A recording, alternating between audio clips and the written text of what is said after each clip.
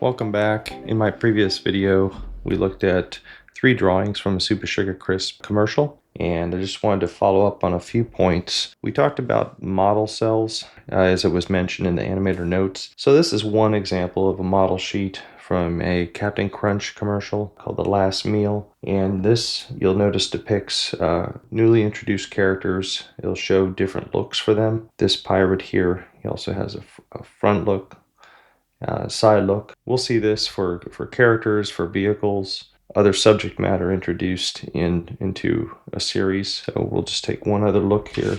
Another thing that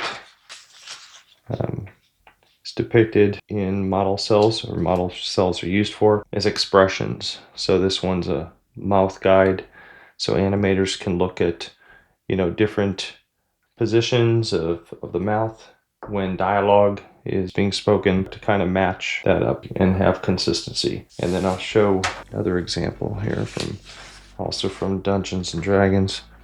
This one's torn, but that's what I was able to find. Torn when I got it. This one shows this character, Uni, in particular. Just a lot of different looks from movement, different sides. So there can also be consistency from the animators. These 2 Dungeons and Dragons model sheets are copies, but they're actual studio copies. Typically, model sheets will be drawn and then they will be photocopied and passed around so the various animators can stay consistent. Storyboards do the same thing. So storyboards and model sheets typically you'll find studio copies. Everything else is pretty much always an original. Let's just go back to where we were yesterday. This was our page 1. The studio would actually paint a large background here to reflect this. So there's a big, beautiful background 1 somewhere out there showing this scene with any enhancements. I don't know that anything was deleted. So this is just a good way for collectors to also keep their eyes open for what's out there. When you find a drawing like this, or you have a storyboard that shows a nice background in it in a frame, it kind of becomes something of a catalog for treasure you may come across. So let's look at this other one.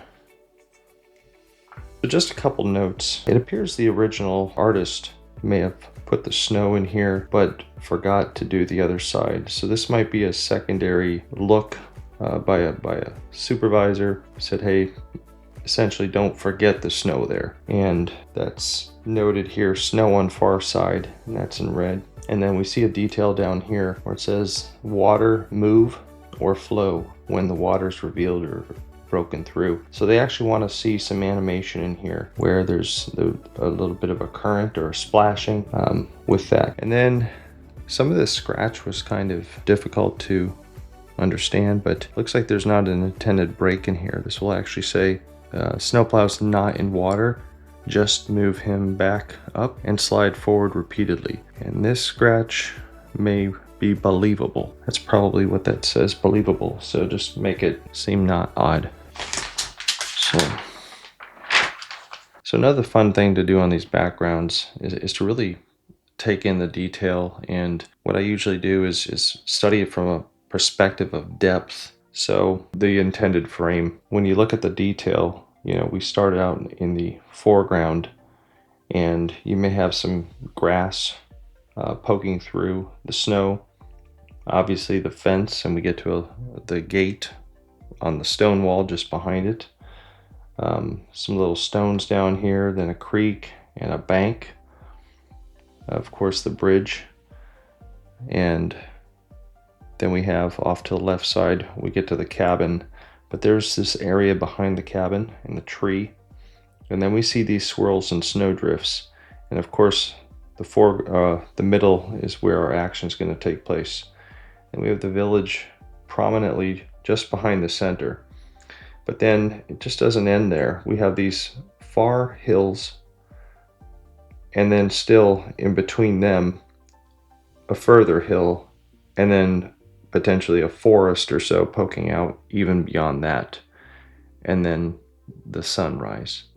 So From bottom to top, this frame is filled with lots of interest, lots of detail.